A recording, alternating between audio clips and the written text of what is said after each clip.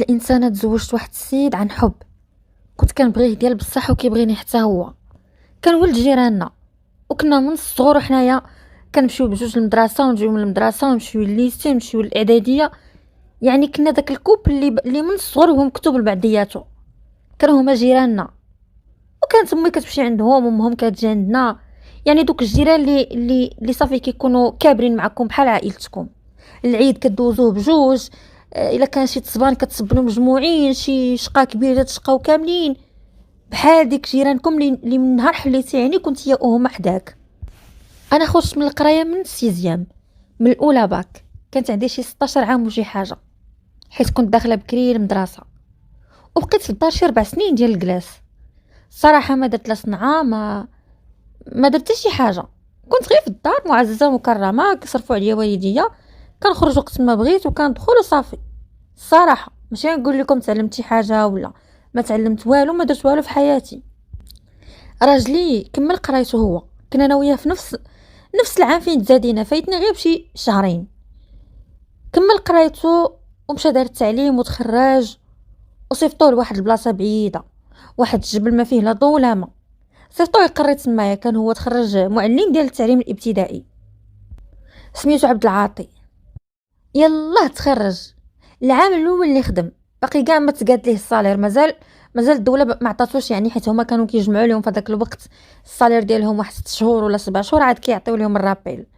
كان يلاه خدم باقي موته تصيفط ليه الفلوس، باقي موته تجمع، تصايب ليه الخبز، تصايب ليه الشباكيه، تصايب ليه الحلول، تصيفط ليه لداك الجبل. وصافي تما فاش جا في العطله الصيفيه وخطبني صافي. ووالدينا قالوا لنا خصكم تزوجوا، خصكم هادي. الصراحه هو والديه ضغطوا عليه، والدي انا ضغطوا عليا، كيقولوا لنا نتوما كتعرفوا بعضياتكم ومولفين بعضياتكم. والو هو السيد تزوج، زعما السيد خدم، تزوجوا ويديك يسكنك مع امو ونبينا عليه السلام. المهم تزوجي بيه دابا، راه تخرج، راه موظف، راه اي وحده تقدر تطيرو. ديما كانوا كيقول لي زعما تزوجي بيه دغيا، صافي خوديه، صافي راه غيتحلوا ليه العينين، غيبدا يدخل الصالير.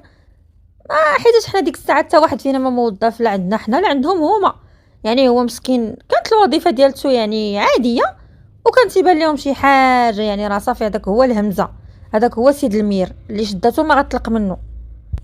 انا ماشي زعما كنحتقر المهنه ديال التعليم ولا، راه بالعكس حاشا ولله.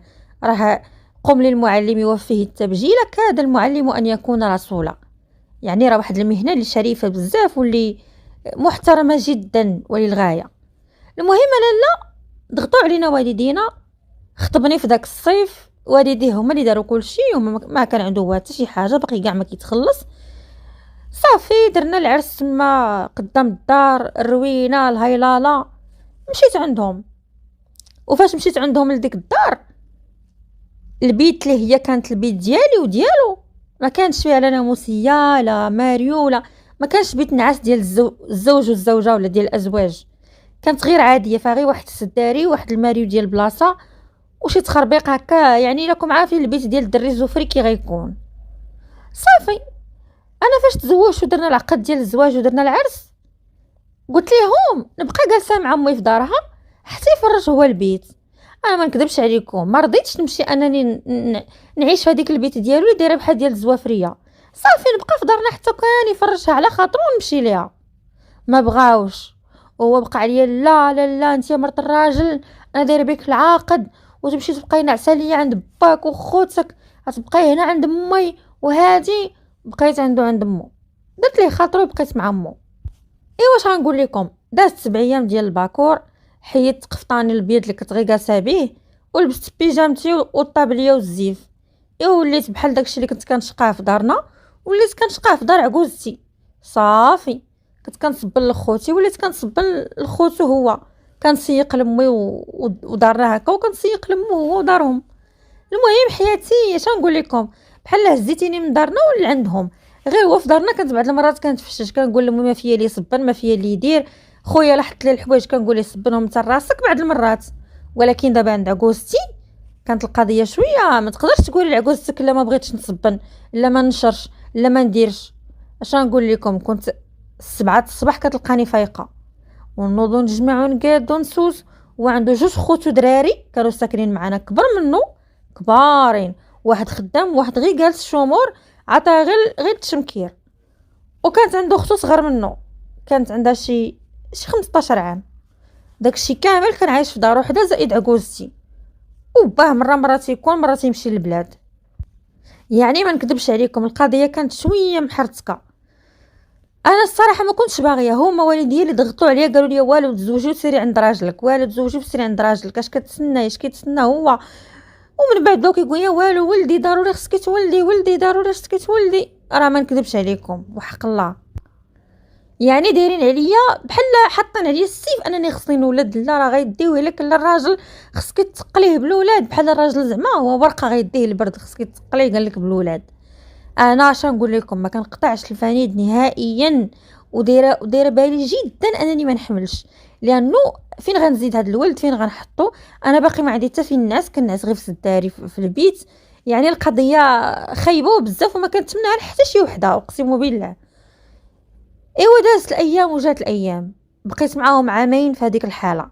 راجلي كيجي مره في 15 يوم، مره في شهر، لانه الجبل فين كان بعيد، وكيجي عندي بحال هكا وكيجلس معايا يومين 3 ايام وكيمشي عاوتاني للجبل. هذه هي حياتي. يعني ديك التزويجه كانت فالصو جدا، وحق الله عمري ما فرحت بها. ولكن ملي كتكوني ما كتقرايش، خارجه من القرايه، ما خدامه، ما تعلمتي صنعه، ما عندك شي حاجه كتربحي منها فلوس، ما عندك حتى شي قيمه، كتبقاي جالسه في داركم. اذا داركم من حقهم يبزوا عليك سيري تزوجي، سيري ديري، سيري فعلي. كنت انا دابا كملت قرايتي، ولا كنت خدامه، ولا كنت شي حاجه، ولا عندي شي صنعه، ولا كانوا يقولوا لي تزوجي، نقول لهم لا صافي. ولكن هما بزوا عليا الزواج، ما نكذبش عليكم. ايوا نجيكم الموضوع المهم. دازت الايام وجات الايام، قلت لكم جلست معاهم مده طويله جدا. العطله ديال الصيف ديال داك العام الاول، كان هو كيجلس 3 شهور ديال العطله. راكم عارفين الناس ديال التعليم راه هما اللي عندهم اطول عطله. جا للدار، جلسنا شي سيمانه، فرحنا بيه وعجبني الحال. اخيرا راجلي غيجلس معايا، يعني واحد السيمانه لاول مره منذ زواجنا. حتى ديك العطله البينيه كان كيجي وكيمشي. ايوا اش درنا ما درنا، قلت ليه نوض اخويا نمشيو نبدلو الجو، نمشيو لشي بلاصه. هو ما عنده حتى ريال، داكشي يلاه قادو، يلاه عطي للنجار، عطي للخياط، عطي لهذا، عطي لهذا. يعني الخلصه ديالته كانت قليله بزاف. راكم عارفين شحال هذه الخلصه ديال المعلم كي كانت. وعاد كيصرف على مو، كيصرف على خوه داك اللي ما خدامش، وشري هادي وشري هادي. وديجا دارهم كانوا بحالنا، يعني على قد الحال، خص الثلاجه، خص هادي، خص البوطه، خص تصبغ هذا البيت، خص تركب هذا الباب. ايوا شنو دار فاش قلت ليه راه بغينا نمشيو لشي بلاصه نخيمو فيها، ولا نمشيو ندوزو الصيف؟ قال لي نديك للجبل تما فين كنت انايا كنقري. راه دابا الصيف كيكون الدنيا بارده، وكاينين العيون، وكاين الواد، وكاينه وكاينه وكاينه. نمشيو لتما، راه غنسكن عند دوك الناس اللي كنت ساكن عندهم. قلت له واخا. قلت اللهم لا عمش ولا العمى. ايوا جمعت شاكوش وجمعنا حوايجنا ومشينا لعند هذوك الناس. الله يعمرها دار الضيافه، مساكن حاطينها فوق راسهم. وما كنتش كاع انا كنطيب، واخا كانت تما عنده البوطه، عنده كل شيء، ولكن كانوا ديما مره هذا يجيب لنا الخبز، مره هذا يعرض علينا، مره هذا يدينا واحد الكرم غريب فيهم. المهم هذيك هي العطله اللي دوزت لي. صراحه ما نتمنى حتى شي وحده دوزها، الله يسمح لي، انا ماشي طماعه، ولكن دغيا طلع ليا الجبل في راسي، وطلع ليا داكشي في راسي صافي.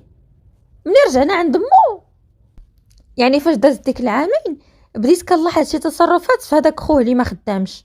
كيضل جالس في الدار. في الاول ما كانش كيجلس في الدار بزاف، كان كيخرج. راكم عارفين الدراري ما تيعمرش في الدار.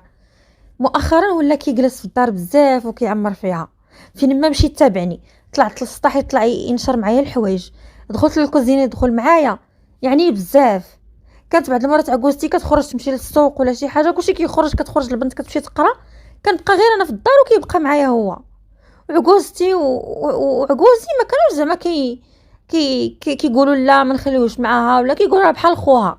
واخا هي الا جيتو تفكروا تسمعنوا في الشرع وفي القانون وفي الشريعه الاسلاميه، راه محرم عليا انني نبقى معاه، مع خو راجلي بوحديتنا في الدار. المهم لا هما كانوا كيعتبروه قالك بحال خويا، كيبقى معايا في الدار.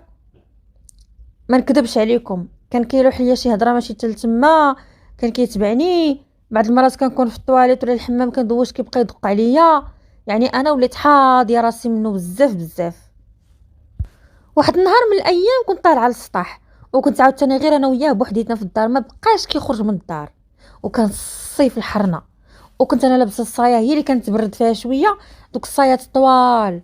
الصايه كنت لابسها طويله ولابسه معها الفوقي ديال البيجامه من الفوق، ودايره الزيف عادي ديال الزيف اللي كنديرو الا كنتشقاو. ايوا طلعت للسطح وهزه معايا داك البانيو قدو قداش ديال الحوايج، وهو يتبعني للسطح وانا كنت كنشر الحوايج وهو يتلاح عليا وجر ديك الصايه. جاب الله لي شديت بالزربه وجريت روحي وبقيت كندابز معاه ونتقاج معاه وكنغوت ربي اللي خلقني تهرب. صافي ملي هرب وانا نبقى كنغوت وعتقول روح عباد الله وعتقول روح عباد الله. وجا مول الحانوت وجاو الجيران وجاو دارنا، جمعت الروينه الكحله. عاد جات عكوزتي وجا خوه داك اللي خدام وساكن معانا. اش غنقول لكم يسحابكم زعما لامو هو لاموني انا. قالوا لي يا خونا عكوزتي كتقول لي ولدي عمرو ما شاف شي وحده، عمرو ما هز عيني على شي وحده، وانت كيديرك بحال اختو وانت خرجتي فيه العجب، انت اللي جبتيه، نتوما العيالات راكم صعابات، نتوما كدا نتوما كدا. لبساتني ديك المراه، غضبت، جمعت حوايجي داكشي اللي عندي، مشيت لعند امي. ايوا بقيت ساكنه عند امي، وبقات امي كل نهار فوق راسي جالسه كنكون ناعسه وكتجي تجلس حدا راسي وتبقى يا بنيتي تزوجتي وغضبتي، ايوا بنيتي شي عوينه وضرباتك، ايوا بنيتي الله ياخذ فيهم الحق، بحال زعما انا راني تزوجت بشي واحد اغنى رجل في العالم ودار لي طائره خاصه وكيديني ندوز شهر العسل في المريخ.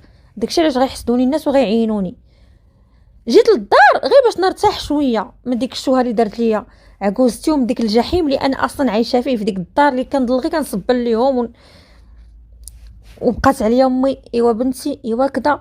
وكيجيو فين ما كانت شي خالتي ولا شي عمتي تجي وشربوا عليا القهوه ويجمعوا بيا وشربوا بيا اتاي. ايوا مسكينه ما عندها الزهر، تزوجات مسكينه باقي ما ولدات لا وليد لا والو، ومسكينه وداروا ليها الشوهه. ايوا هي مسكينه غضبات لدارهم. نوضي بنيتي عند راجلك، نوضي بنيتي سيري عند عكوزتك بوسي ليها راسها.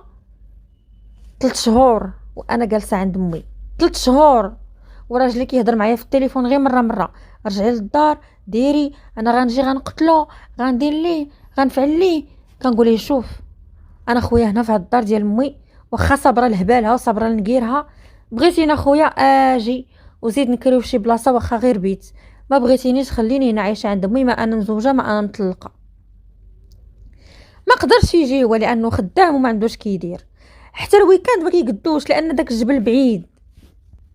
قلت لكم 3 شهور وانا جالسه تما، اتجه هو فواحد في الاخر ديال ديك 3 شهور وجا عندي وجا عندنا ودق علينا ودخل، وبقات تهضر معاه امي حيت هو كابر معانا في نفس الدرب وكذا، يعني بحال خويا، بحال كتقول ليه مودي دي مرتك وقول لها تبوس راسها لامك وراه ماشي مشكل وهادي. ومي تدير بحال كتبيعني ما عطيانيش قيمه. وانا بقيت كنقول ليه شوف بغيتي تديني خاصك تمشي تكري ليا فين ما كان. هو تيقول لي لا وانا ما عنديش فين نكري لك وانا كذا وانا كذا وانا كذا. قلت له انا غنبقى هنايا. المهم باش فارينا في الاخر انني جمعت حوايجي داك الشاكوش ديال الحوايج ومشيت مع اخوتي للجبل. اش غنقول لكم انا الصراحه واخا عايشه في حي شعبي ويعني عائلتي ماشي عائله لاباس عليهم ما والو، ولكن عمرني في حياتي ما عشت يعني في العالم القروي. يا ريت كون كبرت فيه وولفت دوك العادات ديالو وداكشي، ولكن عمري ما عشت في الجبل ولا في العالم القروي، مع احترامي التام للناس ديال العالم القروي. مشيت عنده تما الجبل وبقيت عايشه معاه في ديك الدار اللي كانوا عاطينو الناس. كانت واحد الدار عاديه ديال التراب، وكان عليا خصني نمشي حتى انا نطيب الخبز في العافيه، وانا ما كنتش كنعرف حتى نشعل العافيه. راه ماشي دابا كنتكبر ولا شي حاجه، ولكن راه هادشي اللي عطا الله. وكان خصني حتى انا نحلب البقره، وكان خصني نضرب واحد المسافه باش نجيب الماء. تكرفست لواحد الدرجه اللي وليت كنجي لدارنا كيشوفوني صحاباتي وجيراننا وداكشي كيقولوا لي غير قولي لينا انت فين عايشه. البنات في الجبل تبارك الله كيحمقوا حنيكاتهم حمرين، وانت يا اختي دايره بحال كانوا كيمسحوا بك البوطه، مالكي دايره بحال هكا ضعفيت وخيابيت. حنا كيدخلوا وليت بحال كناكل السم ديال الفار، غير بدوك الغدايد ودوك الاعصاب وديك القهره اللي عايشه. هو كيضل في المدرسه من الصباح حتى العشيه ما كيجيش، كيضرب مسافه طويله، وانا كنضل بوحدي في هذيك الدار. كنخاف لا نخرج، ما مخالطه حتى بلاصه، ما عارفه حتى بلاصه. بقيت عايشه معاه تقهرت. يعني وصلت بيا للعظم، حتى وليت دخلت فيا واحد الكآبه اللي ما بقيت لا كنمشط شعري، ما ندوش على 15 يوم والله العظيم، حتى كتولي فيا الريحه، حتى كيقول لي نوضي دوشي، ما نطيب ما ندير والو، دخل فيا الاكتئاب الحاد. والوضعيه ديالي ما عندها حتى شي حل. نطلق انا مسكين، هو تنبغيه وكيبغيني، ويعني بيناتنا واحد الحب، وما داليا حتى شي حاجه هو ديال العيب انني نطلق منه. نمشي نعيش مع امو ما نقدرش، نعيش مع امي ما نقدرش، يكري ليا ما عندوش القدره باش يكري ليا، هو مازال ما خرج لي الانتقال. وهذه هي القصه ديالي، وهذا هو الضغط اللي داروا لي والديا انهم زوجوني في واحد الوقت اللي انا مازال ما مستعداش للزواج، وراجلي باقي ما مستعدش. واش نقول لكم، هذه هي القصه ديالي، ويا ربي دير لي شي تاويل ديال الخير، ويا ربي غير نكون عبره لبزاف ديال العيالات وبزاف ديال البنات. شكرا لكم على الاستماع.